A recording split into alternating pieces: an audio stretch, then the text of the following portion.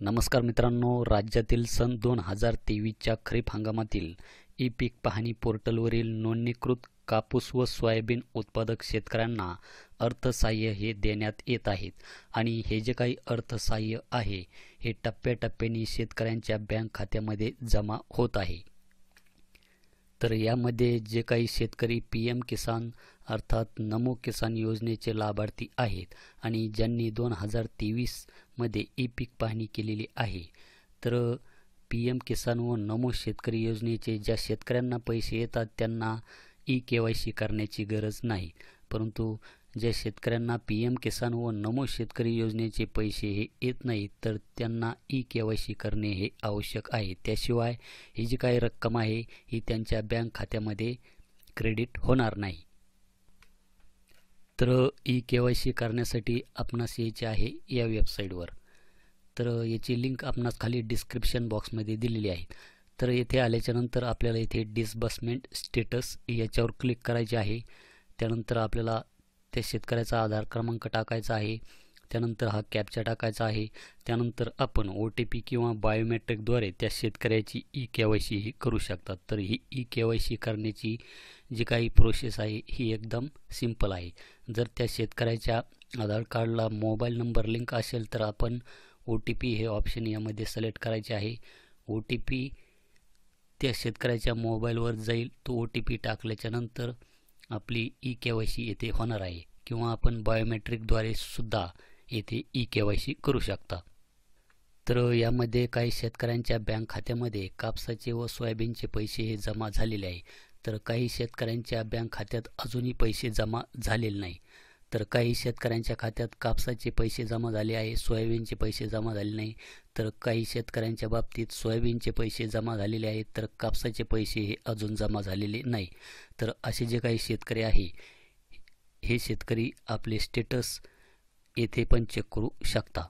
तर त्यासाठी आपणास येथे आधार क्रमांक टाकायचा आहे, हा कॅप्चा येथे टाकायचा आहे, त्यानंतर आपण OTP किंवा बायोमेट्रिकद्वारे आपण या पोर्टलमध्ये लॉग इन होऊ शकता।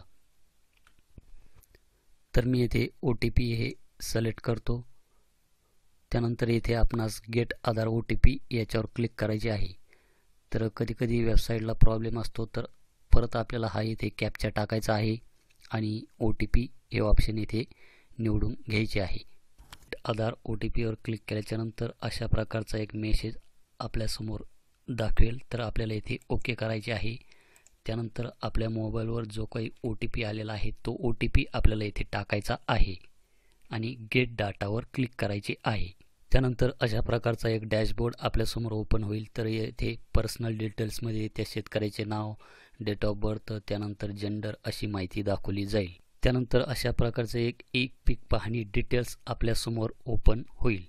तर यामध्ये आपण पाहू शकतात की इथे 0.5 म्हणजेच हे जे काही आहे तर हे सोयाबीनचे आहे आणि इथे 1 हेक्टर 50 आर म्हणजे हे जे काही आहे या शेतकऱ्यांनी कापसाची यामध्ये पीक पाहणी ही केलेली होती। तर अशी काही माहिती आपणास तिथे दाखवली जाते। त्यानंतर इथे KYC स्टेटसमध्ये आपण KYC केलेली तारीख दाखवली जाते। त्यानंतर खाली आपण येथे पाहू शकतात की डिसबर्समेंट स्टेटस।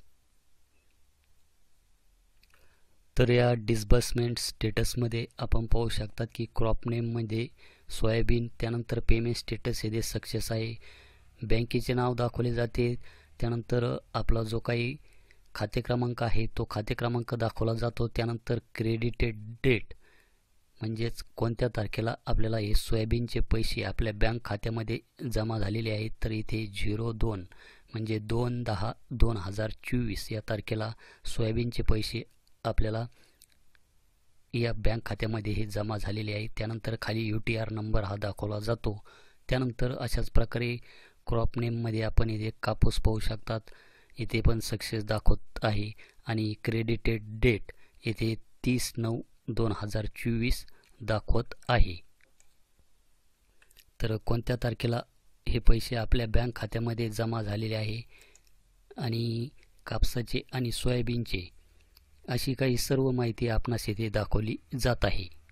तर अजूनही काही शेतकऱ्यांचे हे जे काही कापसाचे आणि सोयाबीनचे पैसे आहे हे पैसे अजून जमा झालेले नाहीत, परंतु टप्प्याटप्प्याने सर्व शेतकऱ्यांच्या बँक खात्यामध्ये ही रक्कम जमा होणार आहे आणि ही स्टेटस तुम्ही अशा पद्धतीने चेक करू शकता. तर ही जी काही प्रोसेस आहे ही प्रोसेस पण आपण मोबाईलच्या माध्यमातून देखील घर बसल्यासुद्धा चेक करू शकता. तर भेटूया अशाच एका नवीन व्हिडिओ नवीन अपडेटमध्ये. धन्यवाद.